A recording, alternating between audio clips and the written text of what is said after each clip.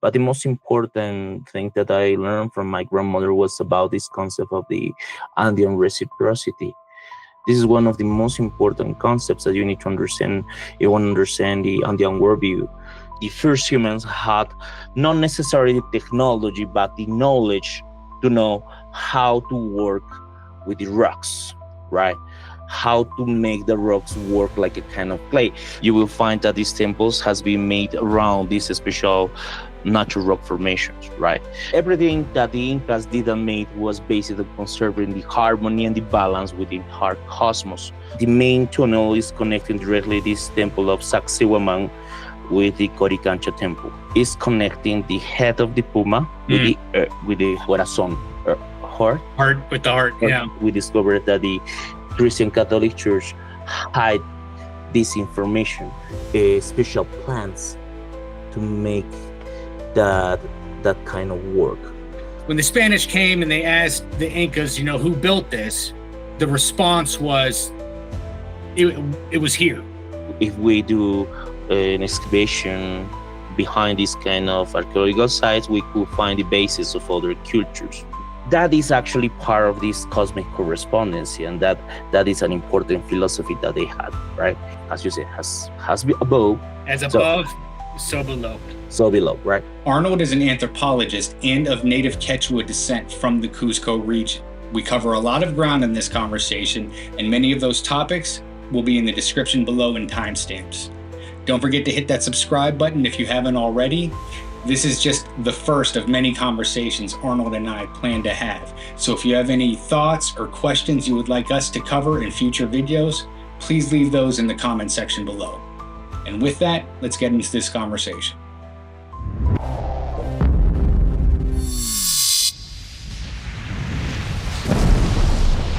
Welcome to Pillars of the Past. My name is Raul Balecki. I'm the creator of the channel, and today I feel fortunate to have Arnold joining us. Arnold was my guide in Cusco, going through the various sites near Sacsayhuaman on horseback. And one of the things that I've recalled from that trip was at each of these sites, Arnold had us chew coca leaves and make offerings to, I believe it was to the north, east, west, and south, and in honor of the ancient traditions of the Quechua people. And so that's something that has stood out to me, and I figured I would love to get you here on the channel to talk about some of your background, your history, the Quechua peoples and the local indigenous cultures that are still living and practicing the original traditions in those regions. So thank you for joining me, Arnold. No, thank you so much, Raul. Thank you so much again for your invitation. Again, as I said, I'm very grateful for allowing me to share a little bit more about my culture. Again, so I'm here to answer all your questions. Well, I figure first, maybe just tell me very plainly a little bit about your background, where you grew up, what the cultural way of life. Yeah. Yeah, of course. Well, actually, to understand a little bit about my Quechua background, it's a little bit complicated because we have to understand about the history. For example, the Andean inhabitants that live in these kind of areas didn't reside crowded together in large cities. I'm talking about before the Spanish. They lived like scattered, slightly apart from each other in the mountains. But between 17th and 17th centuries, this lifestyle wasn't practical for the Spanish because, or especially because they probably need to have a stricter control of the population. That is why they proposed I'm not sure if you hear about the reduction of Indians. So, which consisted of grouping this dispersed population in urban centers, like in other civilizations or other societies. For example, for me, this information was super important to trace the origins of my maternal grandfather's side and all the generation of his family. For example, my grandfather originally came from this community that was named Ekeko Chacán. which is located in the province of Anta in Cusco. That was one of these kind of reductions of Indians. Well, actually, etymologically, the word of ekeko means amulet or a kind of magical doll in Quechua language. And among the chronicles, the oldest reference about the community of this community, Quecochucan, said that the inhabitants were called Antasayak, or the Antasayak ethnic group, considered by most chronicles among the first settlers of the Cusco Valley. So Wow. that is the idea. So it's a large history about the idea of my the side of my grandfather. So it was a community. Maybe I discovered or realized that maybe it was a community of very important shamans on the especially in Inca time and then after the Incas. And from talking about my grandmother's side, who was considered a respectable healer, she came from Apurimac, which is a region at the northeast of Cusco, specifically from the province of Grau. The inhabitants of this region to this day were considered themselves like descendants of the Chancas. And the Chancas were considered like the most powerful enemies that the Incas had on their history. So it's like a mix of these kind of two important cultures. Talking about before the Spaniards. Well, that So is so the yeah. the Chanca were in the Cusco region also, and they were, you know, battling with the Incas as the Inca Empire was expanding. Is that what you're saying? Yeah, well, in general, when we talk about the Incas, we're talking about just like a small uh, group of people, Right. an important elite of people that were not more than 50,000 people and less than 100,000 people. And the rest of the people that were living on this land belong to different ethnicities or different cultural groups, including the Chancas. So there are a couple of research about what probably was the quantity of the population on the Incas time, and most of this research says that probably was around 12 million people. So Yeah. like 12 million people, including the Chancas, Chimu, Cañaris. So okay, a lot of different kind of ethnicities. So, I mean, I think that's a great point. I think that often gets lost in a lot of what people know about, because you think of the Inca and you don't recognize that they were this a leader class, you know, and they were, you know, essentially absorbing all the different pockets and the different groups into forming their empire. And the truth is, as far as in retrospect, when you have cultures that are living for hundreds and thousands of years, the Inca were around for 100. Exactly. But I can tell you, according to some new research, the idea that when we talk about the Incas like an imperium, well, the formal history said that there were between 14, 13 Incas, or like a kind of kings, right? So they were like an imperium that, with, as you said, not more than 100 years of age, or a little bit more than 100 years. But when we talk about the Incas, probably we're talking just a kind of uh, dynasty. It's a What good was way to considered put it. like, yeah, That's a that good was way to considered put it. like the Cusqueñan dynasty. And these kind of cultures that were named Tiahuanaco and Tiwari probably were considered a kind of other dynasty. That is according to new research or some discoveries that the archaeologists found in part of this archaeological site in Ollantaytambo and close to Machu Picchu. So what? So when the Inca kind of came in, were these cultures the cultures that your grandparents were from? Were they able to retain a level of individuality and cultural separation at all? Just generally speaking, but also when the Inca came in, were these other cultures still maybe allowed to retain some individuality or autonomy? Actually, yes. That was one of the most important pillars of the Inca culture.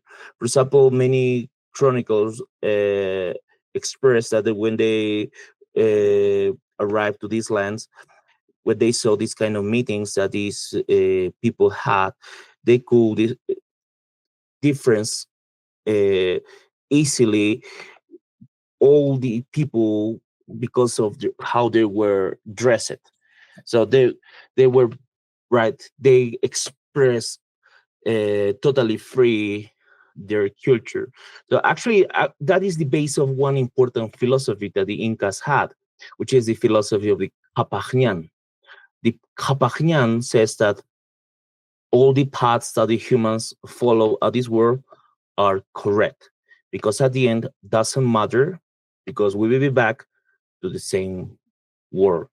So to the same, using the same path at the end. So for that reason, that was very, very special, especially for Incas. But I'm not saying that the Incas were the perfect culture, right? I don't believe in the idealization of these ancient civilizations, but we can say that it was uh, uh, good for the Incas, right? I've heard similar stories, especially when it comes to the dress and the textiles that people would Mhm. wear, where Uh-huh. those did retain a level of Uh-huh. individual culture. Mhm. So what were you able to trace going back to your personal family history? You said you traced these two different locations, and those were in the Cusco region. Yeah, yeah, yeah. For example, it, coming back to the idea that we're talking about my grandparents, coming from my grandmother, because I said she was a traditional healer. Uh, Luckily, I had the opportunity to learn a lot of her teachings, her knowledge. In the case of my grandfather, he was a little bit jealous uh, with his knowledge. He sometimes tried to hide these kind of practices from other people, uh, especially because of the kind of um, rejection that we had, like Quechua people, even in our own culture. So for that reason, my mother didn't want to teach me to speak Quechua since I was a kid. I had to learn Quechua when I was studying anthropology at the university, especially because I understood that the linguistic is super important. And the issue with my grandfather is because uh, for a long time this community has been changing a lot because of the influence of the Protestantism, right? Interesting. So the Protestantism, and I got to tell you, if you visit nowadays her community, you will see that nobody continue practicing this kind of Asian philosophies because of the influence of this of the religion. So I've heard this and it came as a shock to me, to be quite honest, because, from where I sit, and I realize not everybody feels this way, but when you think of the descendants of these cultures that are still practicing those beliefs and still in touch with those, um, the practices, for me, there is a feeling of reverence, a feeling where there's like an honor and a respect. But I've heard that isn't the case actually down there, where there is actually more of a socio-political type of drama that happens, I guess, for lack of a better word. Is that kind of what you're expressing too, where your grandfather, for example, did not have the comfort levels to put that out there because of the judgment of the outside world and things of that nature? Yeah. Uh, well, the biggest problem was, especially the religion in this case, especially for these small communities where the religion, especially the Protestantism, because when we talk about the Catholicism, actually we were living for a long time in a kind of syncretism between the Catholicism and the indigenous practices. So we're allowed for a long time to express these philosophies in our festivities, celebrations, right?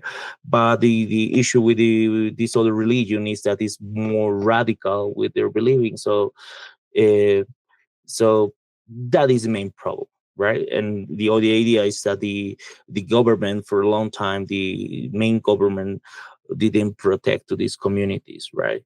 Nowadays, I can tell you, thanks to the tourism, where recovering a lot of ancient values, but there are pros and cons. So, but that is the idea. That's one of the questions that I eventually want to get to is the effects of tourism. And I can see what you're saying, that it could have its blessings and its curses at the same time. What were some of the things that your grandmother would teach you? What were some of was it knowledge? Was it information? Was it practices? You said she was a healer, so I imagine that there were certain compounds or ways to approach things. Are those the things that she would pass on to you?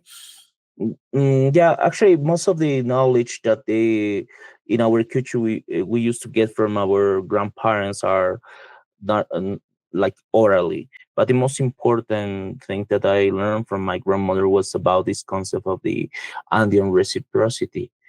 This is one of the most important concepts that you need to understand if you want to understand the Andean worldview. So the Andean reciprocity is in every single thing, in every action, ritual, tradition. Well, actually, I'm not sure you remember when we're talking about the Andean reciprocity, we're talking about the Aini, which is this energy that makes move everything in a constant cycle of giving and receiving. And which is actually, if you analyze this, like the energy of the real love for our ancestors. So the energy or the power of love. So this means that if you want to get something, you need to give. If you want to receive, you need to give. But the situation is that if you want to get something, you're going to receive, you need to give, but without expectations. So for some people, it's a little bit confused if we were living in this kind of society, right? Because this is not like a kind of economic transaction, right? So, and actually, this is very special to understand because for our ancestors, all the answers were everywhere. So for that reason, the real love was associated with the love of our parents, the love of the mother, right? Because a mother can give everything, including the life, without looking for a retribution, without expectations.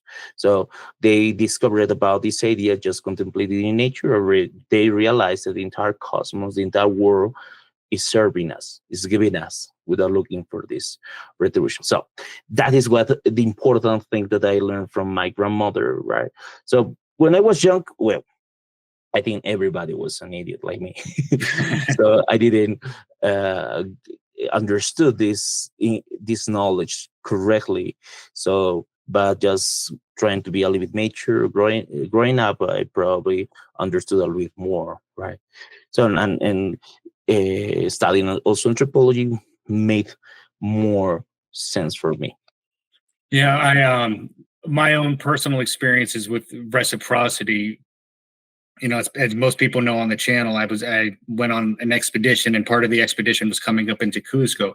But I can say that throughout my travel, and this was on the coast, which is very far from Cusco, that there were local people who helped me and took time out of their and some walked me around these sites or got in their car to lead me to a place I couldn't find. And I remember twice, because I'm coming from the Western, world where, you really helped me out. I'm grateful for it. Let me compensate you somehow. And so, and when I offered that type of compensation, just, some solace, nobody took it.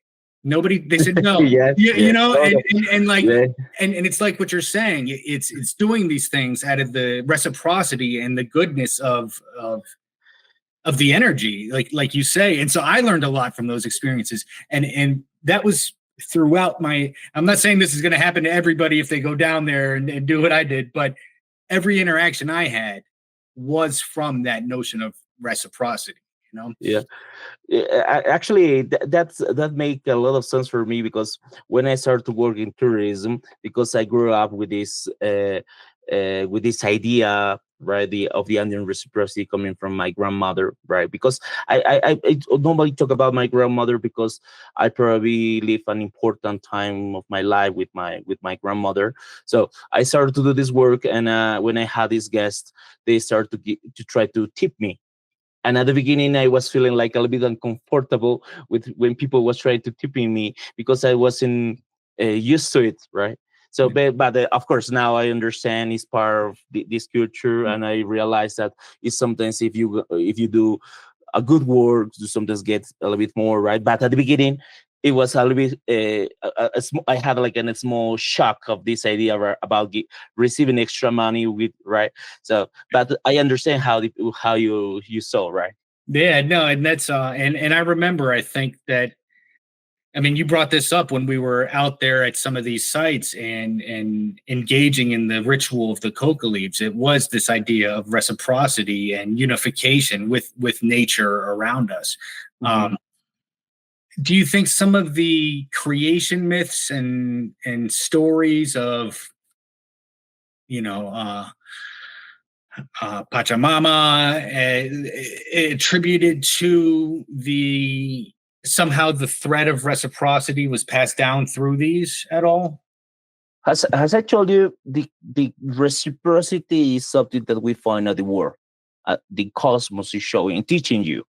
You just need to sit down and contemplate the entire nature, and you will find this answer. So that is one way that our ancestors used to meditate, the contemplation. But when we talk about the myths of creation, right? It's a little bit difficult to find a correct myth of associated with the creation, because there is a big influence of the Christianism of this kind of histories. First of all, because the chronicles were Spaniards. Most of the history that has been brought in has been uh, using the Christian and Western perspective, right? So for that reason, we lost a lot of information. For example, I'm not sure if you hear about the Andean trilogy, right? The puma, the condor, the snake, that the Incas have three different words.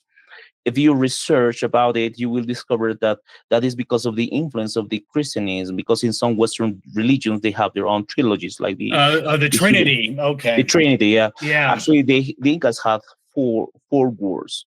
Actually, they Okay. had two different words, or two kind of planes, but these other two words were divided in other two, so there were four in total. That Okay. is just like an idea. I mean, could you explain those? Yeah, well, but first, coming back to the idea of the Christian histories, right? Because if we start to talking about the various minds of creation of the world, it could take us a lot, all afternoon. But most of them agree on the same idea, that everything begins in an axis mundi.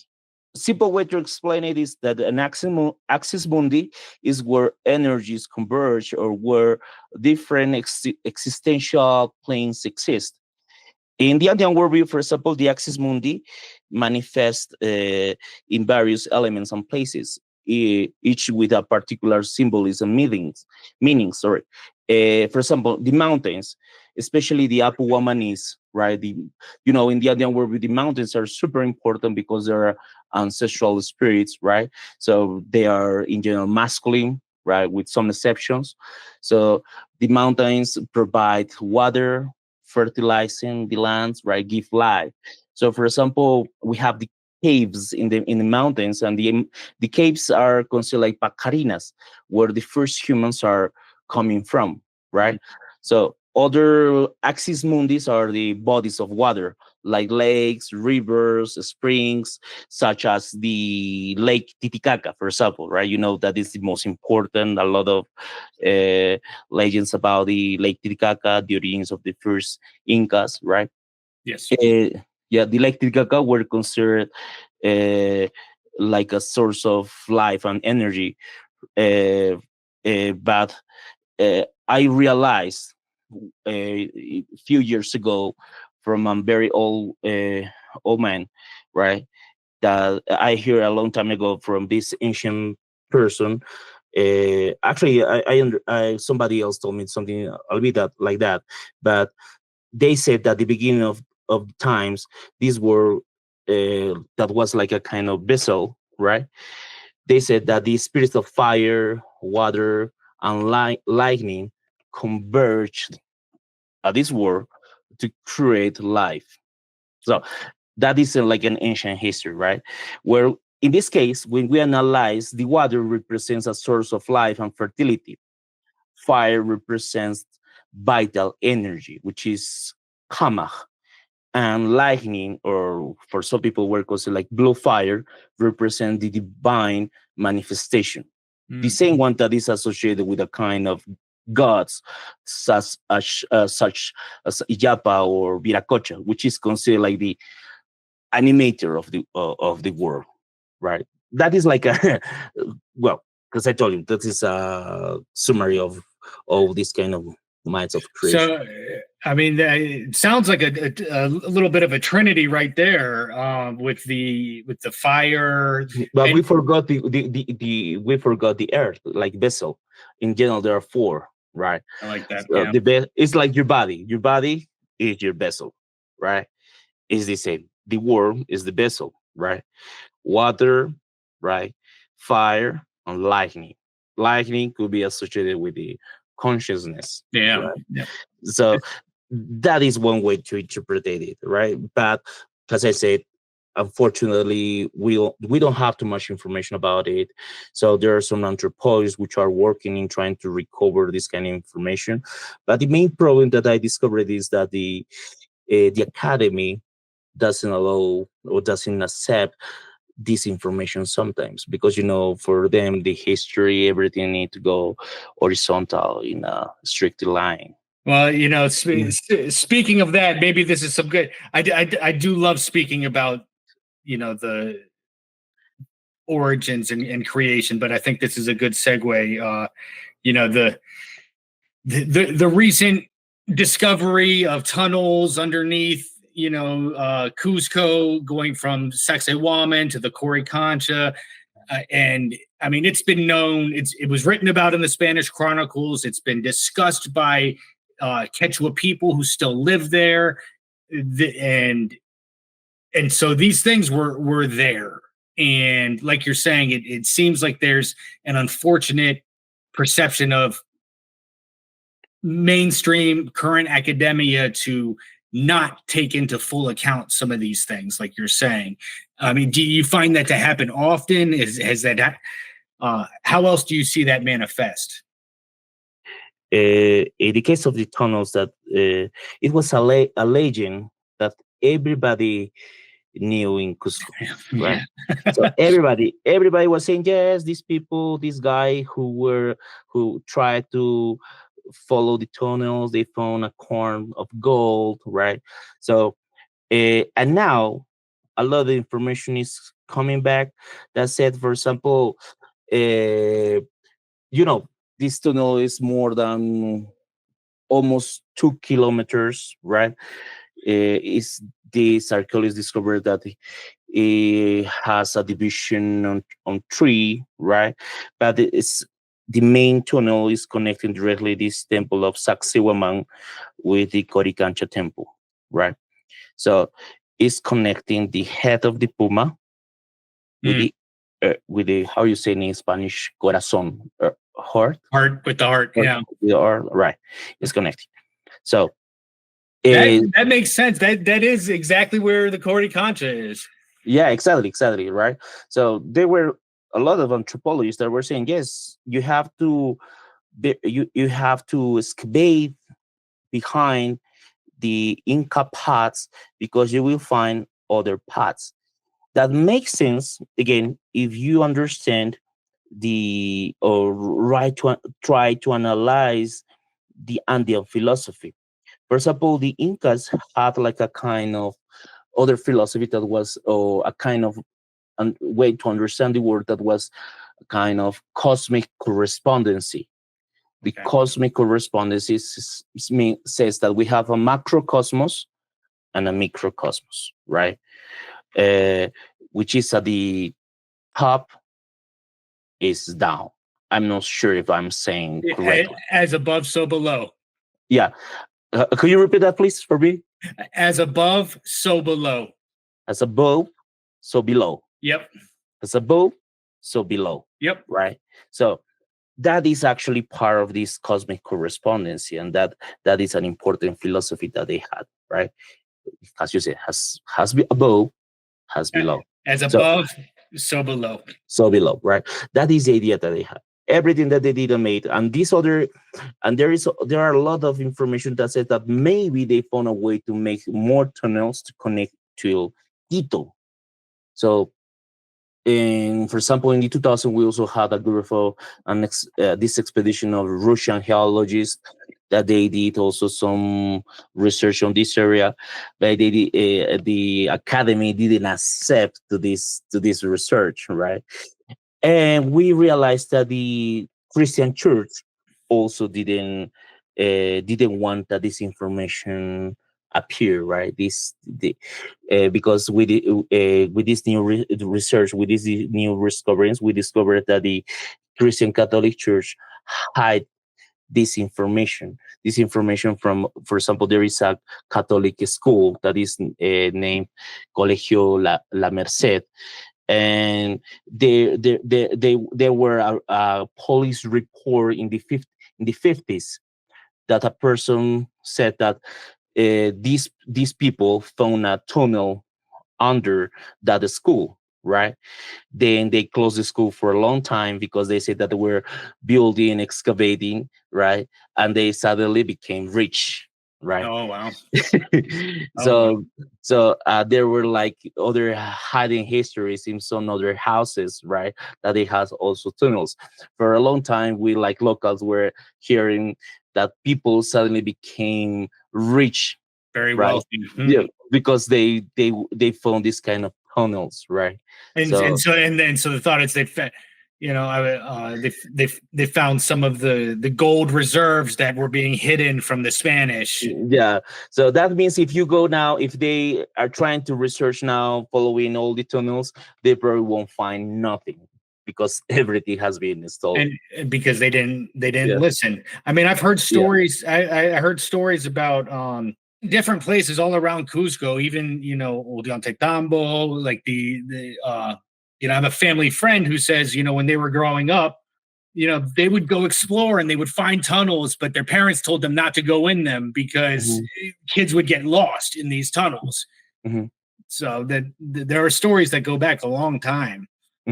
Actually, most of these tunnels, according to these anthropologists that we have, Manuel Chavez Bayón, he said that we need to follow the terraces. Maybe most of these tunnels are behind these terraces, right? So, but we have time, and the government need to be interested in doing this kind of research. But imagine if it took a long time to do this small research in Sacsayhuaman, having a lot of information, it will take more time to research about these other ideas in other places. It doesn't have to. It doesn't have to if the interest is there. I mean, that's one thing that's very disappointing. And my personal feelings on it is, well, you could have investigated this decades ago when the reports first started coming out, and really followed things, and because you're finding out like these indigenous stories were right. So if you hear the other ones, it makes sense to say maybe those ones are right too, Yeah. and let's figure it out. Yeah. It's a real crime that doesn't happen. But for example, when we're talking about this, when you said this idea, other history, I'm not sure you hear about it, is that uh, about how the Incas build or make Sacsayhuaman. That's right? it. Yeah, that was my next topic. Let's do it. Let's go. Let's do Yeah. it. Yeah. So, for example, with Sacsayhuaman, well, there are a lot of people that says that the ovnis, the UFOs, right, or they have the power to use a kind of energy or vibration to move the rocks with their mind or their intentions using the mana, right? So, I mentioned that in the 2000 we had a Russian expedition of geologists. One of the main things that we can say that they discovered is that, have you ever heard about the geopolymer? About the geopolymer, right? And if you research, if you walk around all the Sacsayhuaman National Park, you will find a lot of strange things about the geopolymers, right? That looks like they were working with a kind of how this a kind of clay with the rocks, making a special and sometimes beautiful shapes. But in the Andean mythology, for example, if you wanna if you want to understand a bit more about this Andean means of creation, everything, you have to read the Manuscrito de Huarochiri. Warochari. Manuscrito de Huarochiri. I'm going to send you this information Okay. by WhatsApp, right? Perfect. I am not sure we will find it in English, but you can try, right? So, this small book, you will find that in the past, the first humans had not necessarily the technology, but the knowledge to know how to work with the rocks, right? How to make the rocks work like a kind of clay. But actually, this manuscrito Wachuri said that they were able to domain the rock with their hands, right? So, and they mentioned that they knew about special plants to make that that kind of work. So I don't know if you've seen in my in the for everybody watching, there's a video I did on my channel that goes very deep into this the plants, because when you had people like Percy Fawcett or Hiram Bingham, when what they saw was and they heard stories about this red plant that these birds would use, and these birds would take the plant up into the cliffs and rub and peck the plant into the stone, and all of a sudden the stone over time started they could make holes in the stone because it made the stone softer. So you know the stories of these plants has been passed down for a while. Yeah. For example, there is other we have evidence of this, that there is for example a plant that have the power to break the rocks, just burying this plant with a high temperature. For that reason, the plant is named Mancapaki. Mancapaki, and the translation it says the same. Mancapaki, right?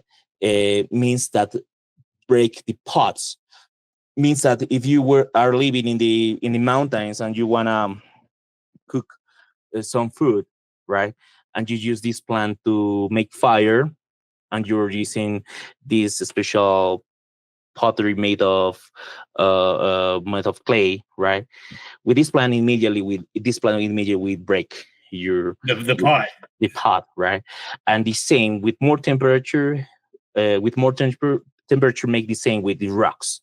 So we have evidence that maybe because in some quarries they found a lot of plant growing around this kind of quarries. We don't have evidence that the Incas use this plant, but we have the idea, right? We have the idea, and probably was the same.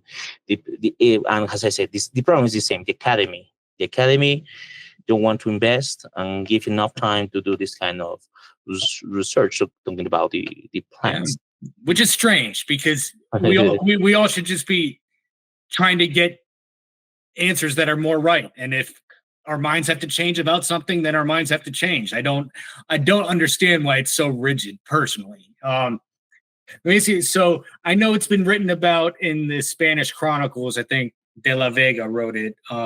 That and this wasn't in particular about Cusco. It was about Tiwanaku, but I think it's been kind of said about both in some way, in one way or another. But when the Spanish came and they asked the Incas, you know, who built this, the response was, it was here. What are your thoughts on, because you said that some of the most ancient people knew how to use these methods to make some of this stonework. Do you think that was before the Incas? The idea is the interpretation that we give to this information, right? We have to remember that first of all, the Spaniards didn't understand the perspective of the linguistic of the Incas correctly, right? You have to understand that in Quechua language, for example, there are a lot of polysemic words, and depending of the intonation, it could change, right?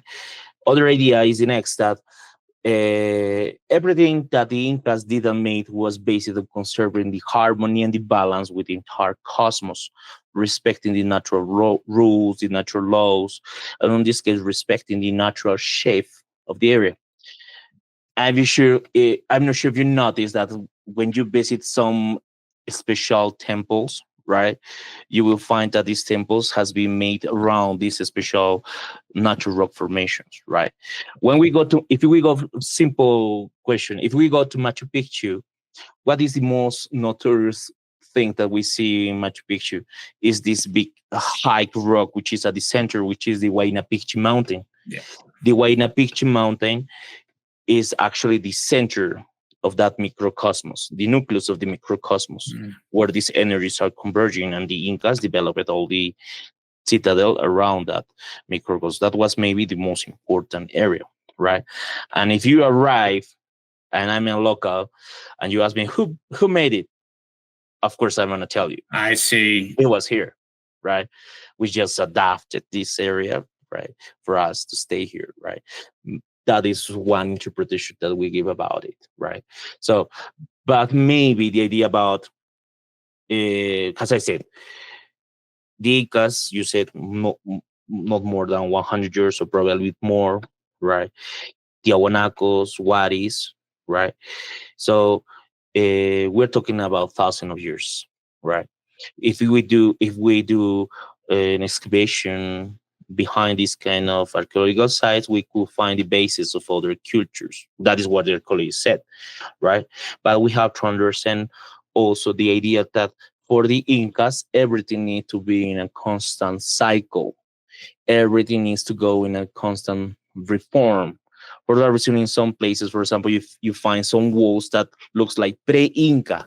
Another say, oh, these other walls are Inca, this pre-Inca. Mm-hmm. But this other research says that probably were the same Incas, but just understanding that they were constantly reforming. For that reason, when we talk again, Wari and Tiwanaku were also other the same Incas, right, influencing on this land. Well, I mean, like you say, you know, everybody talks about the incredible, massive Incan road system that goes throughout the Tiwantinsuyu Empire. But most people don't know that was actually created on top of the foundations of the Wari road systems that were there. So there was an adaptation and a renewal of what might have been there prior. Mm-hmm, mm-hmm. Yes, that is the idea, right? So the big question is how or why these Tiahuanaco Waris disappear suddenly, right? So nobody can explain what could happen, right, to make disappear this special important civilization, right? But the main idea is, if did they disappear but just adapted by themselves and migrate on Cusco when they found it necessary. And actually, before the Spaniards, it was happening the same process, because they had the idea to move on the capital of the Inca Imperium to Quito. It was passing from the same process, and a new dynasty was starting when the Spaniards came, the dynasty of the Quito people, right? Interesting. So I believe that we just sometimes need to analyze all this information, right? Trying to use the perspective of our ancestors. So everything goes in cycle.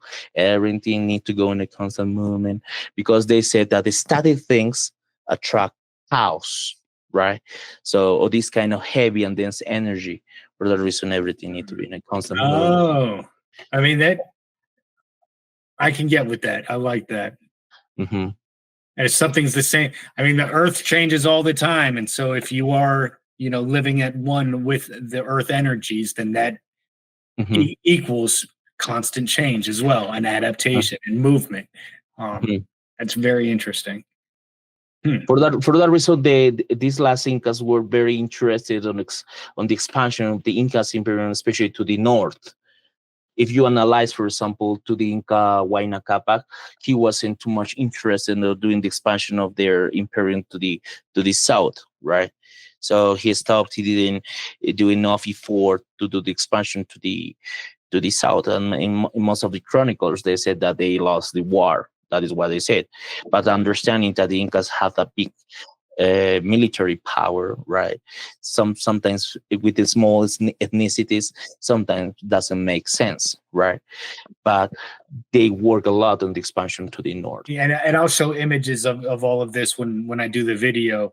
But I mean, the Inca Empire was the coagulation of all the different groups that were already living, and this was just all throughout Peru. I mean, the entire country. It's really remarkable how much history is there. I'm just gonna go a random question. What do you know about the legendary city of Paititi? Just out of curiosity. I mean, have you heard stories like that? It might not have to be Paititi, but have you? What other legends are you familiar with? Well, talking about Paititi, first up, I can tell you that all of our grandparents, right? When you ask to our grandparents, right? Sometimes says that this history has been created especially to make the Spaniards become crazy for the gold, to make them lose themselves, right, in the Amazon forest, because they understood how wild is the Amazon forest. The idea of Paititi actually started when the first Spaniards came, arriving in Tumbes, right? All the local indigenous were saying to the Spaniards that they were a big city that was shining like the gold, right? That all this city was shining like the gold, and all these Spaniards were impressed about that idea, right? And they were super interested about arriving to Cusco as soon as possible, right? I mean, that's the perfect thing to say. That would be the perfect thing to say to the Spanish, knowing what they're looking for. Yeah. Actually, when you analyze about what if the gold was important for our ancestors, in this case for the Incas or the people that live on this land before the Spaniards, the gold wasn't important or too much special for them. It was special for decoration. That is true. Actually, more important than the gold were the seashells, the spondylus, right? You know about that, right? That was the most valuable thing for the Incas, right? So actually, most of the idea is the next. When the Spaniards arrived, right, or were arriving to the Cusco city, we have the idea that they probably arrived in August. In August, right? You have no. Sorry, this area. Some people who arrived in Cusco, especially in August, imagine in the Incas time, they saw the same. This city, the Cusco city, literally shining like the gold. Why? In August we have like a small frost, like layer of frost, right? And you have to understand that the Incas developed the rooftops, right, with this kind of making the rooftops just with this kind of plant that is named ichu, that is like golden color, like the thatch. Yeah. That is how it is. If you add this extra layer of frost, and if you were arriving to Cusco, you probably literally see this city shining. In addition, that's of course some temples have this kind of made with gold, right? The walls were made with how you say, with planchas, or like a kind of layer of gold. Yeah. The overlay, yes. Yeah. So you have that idea, right? For that reason, many people say, yes, it's shining like the gold, right? It's shining, that city shining like gold. And similar to that city, you could find other cities hiding, right, in the Cusqueñan Amazon forest, for example. For that reason, at the beginning, they thought that the Paititi was also probably Machu Picchu, close to Machu Picchu, Choquequirao, this other, right? That had the same idea. When the Spaniards arrived, they said, no, this is not the Paititi, right? So that is the idea that we have.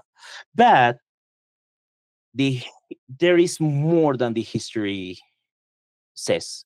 I'm not sure if you saw, for example, in the Amazon forest, if you look Google Maps, you will find like pyramids, right? Like pyramids, they're like a kind of huts made at the river, right? Very, very, Yeah, you can see yeah, the yeah, I yes, I found those. You can see, yeah. and it's funny though when you look on Google Earth and you find, are you talking about like the indigenous cities that are there or something else? Yeah, well, in the Amazon forest, I don't remember the name. Okay. I probably need to look up for my notes, but there is like a big pyramid in the Amazon forest, at the middle of the Amazon forest, very far from the cities, Yeah. with difficult access or almost impossible, right? So this kind of pyramids at the center of the. So there were a group of people who tried to research about this place, but they couldn't, right? I'm not sure if somebody could see it, but I remember this like everybody was talking about this a few years ago. Hmm. So I have to look back into that because I mean, I know the stories and we know. I mean, it is impossible for there not to be ancient cities and ancient structures in the Amazon. It's such a difficult place to get to and go explore. If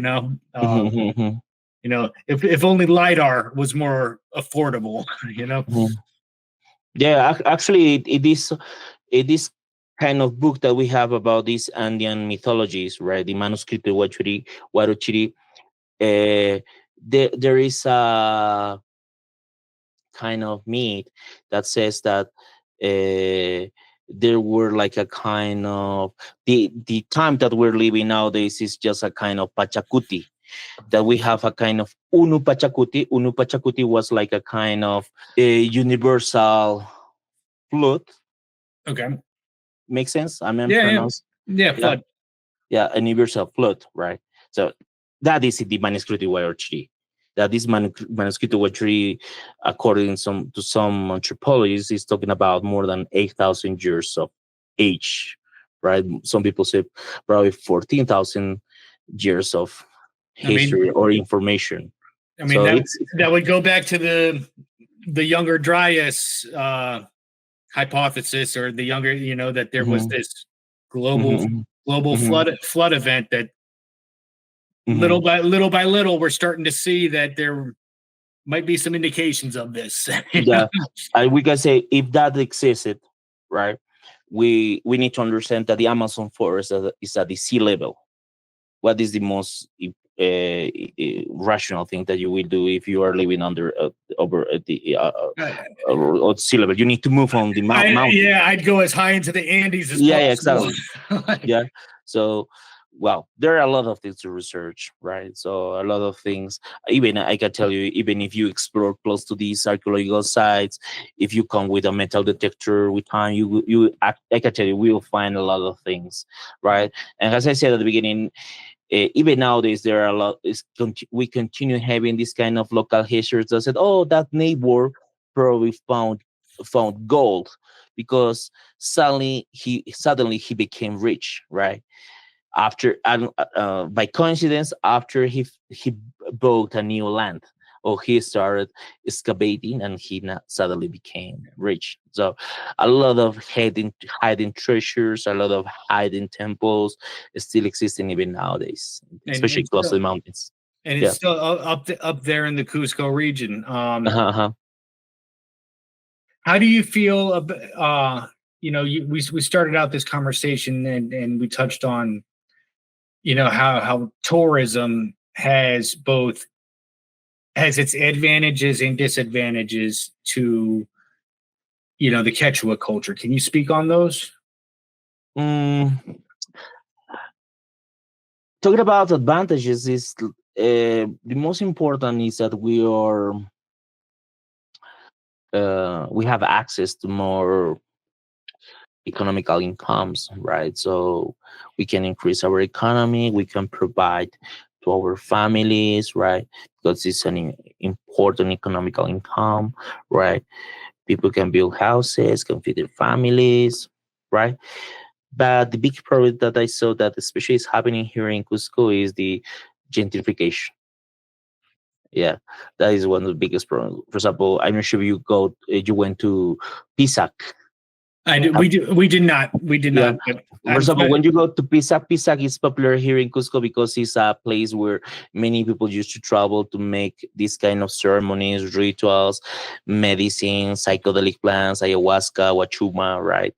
So, but many people, especially foreigners, are starting to buy lands, right?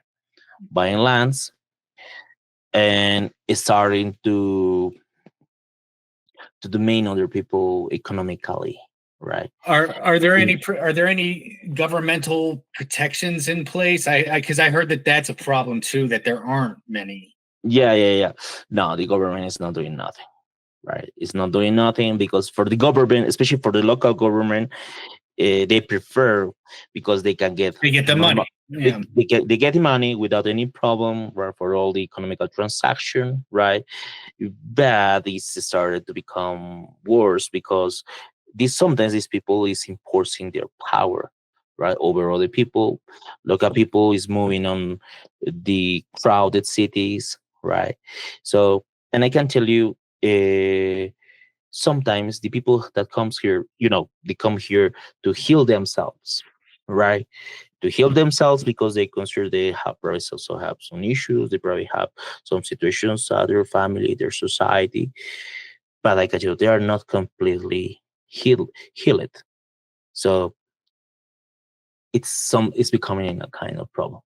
So that is the other issue is that this there are a lot of these kind of indigenous people who saw that maybe at the beginning they started to be like a kind of shamans or healers, right? But they realized that because they were like that, they start to get a lot of money, right? Yeah. And That was now, going to be my next question. yeah, and actually, they are not doing this with the real purpose. We were talking about the Andean reciprocity. For example, my grandmother, who was a tradition here, she never looked like a shaman. She was dressed like a normal person, and I can tell you, she never requests for money, especially to do this, right? Because she considered herself like a kind of guide, right? Just a kind of human who to probably pass through a lot of situations. She suffered a lot. She had the responsibility of helping and teaching other people. So that is not the situation, right? No, Actually, and, yeah, and now, like you're saying, it's a lot of theatrics that go exactly. with it. Yeah, yeah, but I don't understand why these people don't notice that it's like a kind of theater. Is that maybe they inside of them they accept, right? They just want to feel that they have the idea. I'm not sure. It's very complicated for me to understand. But because if I like a local, when I see what they do, it's very notorious that this is like a kind of theater. Well, Right. and to your point with the notion of I've never done ayahuasca. I mean, maybe one day, but from what I know, this is when you speak of the idea of reciprocity and that there are energies beyond us. Then there's so much importance to the authenticity of the ritual of the reciprocity, and when you start adding all these other elements like the theatrics and the money and it changes the intention, right? And Yeah, of that course. changing the intention is naturally going to change the experience a little bit. It would have Hmm. to, I think. Yeah, because as for example, one important topic that these special healers used to practice was the idea of that we like humans, like individual humans, we have the power to heal ourselves mentally and physically. So they are doing what other religions are doing. I have power, I have this information, I have this knowledge, and because I have this information, I can control you, right? I know your fears, I know your debilities. I'm gonna tell you what you need to know, right? Now trust me. right? Follow me, right? So, but is totally the opposite that our ancestors understood of this about this idea, right? So you have the power to heal yourself, right? Sometimes it's like people is just looking for the pill for the headache without Yeah. looking for what is Yeah. the main problem, where's what is the origin of the problem, right? So that is my personal interpretation about it. I mean, are there still are there, like, locally speaking, like you were saying, people would travel to, prior to a lot of the tourism, go to certain sacred locations to do rituals, to have ceremonies and things of that nature that were, very authentic, because that's just part of the natural cultural practice there. Do you find that, I mean, A, does that still happen in other locations? And B, I mean, I do notice that there are particular ceremonies that are that are theatrical, that really do play to the tourists coming through. But I've got to imagine that this is, beyond people playing to that, this is a way of life. There are certain days or dates that do require some sort of reverence or ceremonial purposes. Do those things still happen in the everyday life of the Quechua people still living there? No, actually, there are few communities that are still practicing this kind of ceremonies like naturally, right? Doing this kind of, for example, there is a kind of meditation named Punchak Kawai. Punchak Kawai was an important way to meditate for our ancestors. That was like immediately after you woke up, you need to see to the sunrise, doing this kind of meditation, raising your hands, getting this energy, right? There are few communities which are doing this, right? We in our normal lives, we can say that we probably get celebrations, festivities, weddings. We still using these kind of concepts, right, for our normal lives. In the case, for example, of ayahuasca is actually coming from the Amazon forest, but we have evidence that the Incas used these psychedelic plants like the wachuma or the mushrooms. But for example, in the Amazon forest in the past, if you wanted to do the ayahuasca, you need to be initiated for a long time. Sometimes took years, 5, 6 years to be initiated, and finally you became in a kind of shaman, right? But nowadays it's becoming very commercial, right? So these people probably don't practice in their normal life their own messages that they are trying to share with these other people, right? This information, right? So maybe there are some of them. I can tell you that I found that people that do this authentically, right, trying to recover the values of our ancestors, right. But talking about the communities, there are a few of them. We're losing a lot of information nowadays. We're having a lot of influence of the Western societies, social media, right, and things are changing a little bit. Especially young people don't like to share about this, and they most of the cases move from the crowded cities, and they lost this information. I mean, I just, just to reiterate my thanks for you coming on here and speaking about your experience. I would love to make this a regular occurrence, if you're open to it, because I think that at least from what I know, the audience that has been being developed, well, not only is it important to remain in touch with the culture and the history and the beliefs that you're talking about, there are pockets of interest for it, and there are pockets of deep gratitude and people who want to learn more. So, like I said, I mean, I would love for this to kind of be a reoccurring thing. And what I loved, one of the things I loved the most was finding you and getting on horseback. You took us to these different sites, and you explained a lot of this on during that journey, but you also helped us to be in touch with that through you, and like that was, I mean, I'm getting the chills thinking it was intimate, it was authentic, and I mean, it really puts you in touch with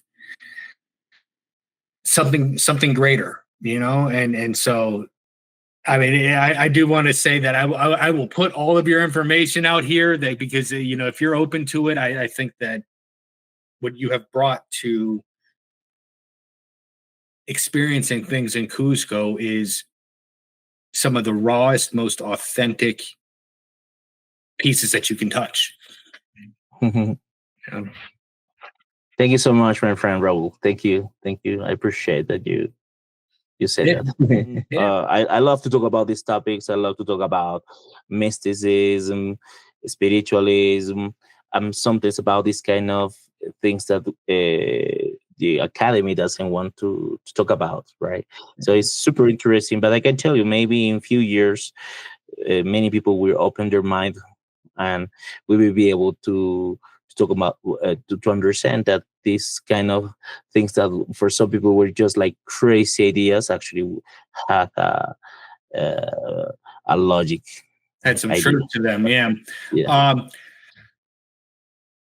Do you find that are the archaeologists in Peru, like actually from Peru, more open-minded to these things, and then is it academia that shuts them down, or are the archaeologists themselves more limited in their thinking? Well, actually, it's limited in my personal perspective, right? You remember, this is my personal perspective. The archaeology is very limited in many different ways. Most of the archaeologists that works at the government are those positions because they politically help to the governors. Sometimes there's corruption, right? They are very close to the ideas that other, for example, to anthropologists give, because they reject anthropologists because we, like anthropologists, we can do an interpretation of the ideas, and they say, no, I'm an ecologist and this is like this, right? This is what technically says what it means, right? That is sometimes the issue, right? For that reason, we sometimes have this kind of conflicts with the archaeology. Say, no, actually, the archaeology is the son of the anthropology. You have to respect us. You would say there is a constant conflict about this kind of different group of people, right? So we have to work a lot of on this, right? So that is why we're not growing up. We could be better. We could do more research. We can make the people experience this kind of archaeological sites, because I noticed, for example, that when people go to these archaeological sites, I saw that they're very bored about the idea. Oh, a lot of rocks. Everything in Cusco is about rocks. That is because the archaeologists give that information. But if we make the people understand and experience the idea, right, why these rocks are so important, what is the main idea about it, so sometimes the perspective change about it, right? Oh, yeah. Simple, right? I mean, I even did a video on the tunnels going, that they found in Cusco, but I never put it together from the head to the heart. I never, and it's like, it's little things like that you don't necessarily get, and, unless you're entrenched and a part of and have a real understanding, and I hope things change with archaeology, just the way, I think at the end of the day, even archaeology is interpretation. Radiocarbon dates, they give us the best approximate date. It's not accurate. It's not. I mean, exactly. It's not laser focused, laser pointed.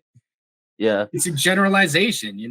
Tom Dillahay and his work down in Monteverde and then even at Huaca Prieta on the coast. Those were dated at certain times, and he comes in and he's like, you guys sampled this part here. Why don't we and not to get me wrong, I mean, radiocarbon dates give us the best accuracy that we can get right now. But what he was finding when he measured this different parts of the structures and the organic material inside, you got dates going back to right around the time before that flood, and so and apparently he was really great with his research because he left it open for everybody to see. And now they're like, oh yeah, okay, well the evidence now speaks to that, So it's just it takes time, but there's a very rigid stance being taken. And that's so just, is there still I mean, you're saying people are finding things in Cusco likely, where this person got rich all of a sudden, he probably found something under his house. So there is still actively an underground market for antiquities. As I said, people is still doing this, but hiding is not allowed, So, but there is like a black market to sell these kind of things, right? But constantly, people is continuing doing this, right? I realized that the last year, the year after the pandemic, people started to buy a lot of these kind of metal detectors, right?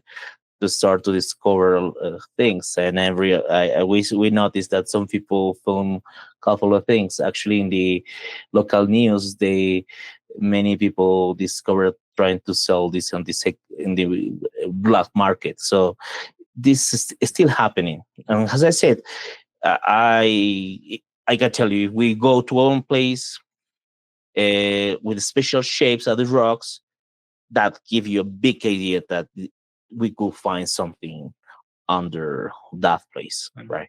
And you will find everywhere that you will go, you will find this kind of special important places, right? Everywhere in Cusco. Well, thank you again, Arnold. This has been amazing. Again, we are going to do this again, and I'll put all your information out there. Are you still actively doing tours and things of that nature? Yes, I'm still doing this. You can find me on Airbnb experiences. Also, I'm still being on TripAdvisor, right? Okay. But especially on Airbnb experiences, right? You can find me there, right? I'm doing this every day. So thank you so much again. It was a pleasure, my friend. I really appreciate that you found me again. Thank you so much. My pleasure. And we'll have you on here again for sure. Thank you so much, my friend. This is just the first in a series of conversations Arnold and I plan to have. Future topics and videos will include things on mythologies, symbolism, and new discoveries. And if there's any questions you have or topics you'd like us to cover, definitely leave those in the comment section below, along with any thoughts or questions you might have about this video.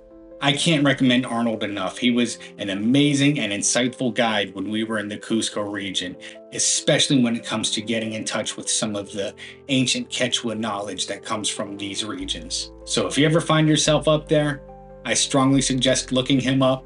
His information will be linked in the description below. Please like and share this video with anyone you think might find it interesting. Don't forget to hit that subscribe button if you haven't already. Thank you for watching, and I'll catch you in the next video.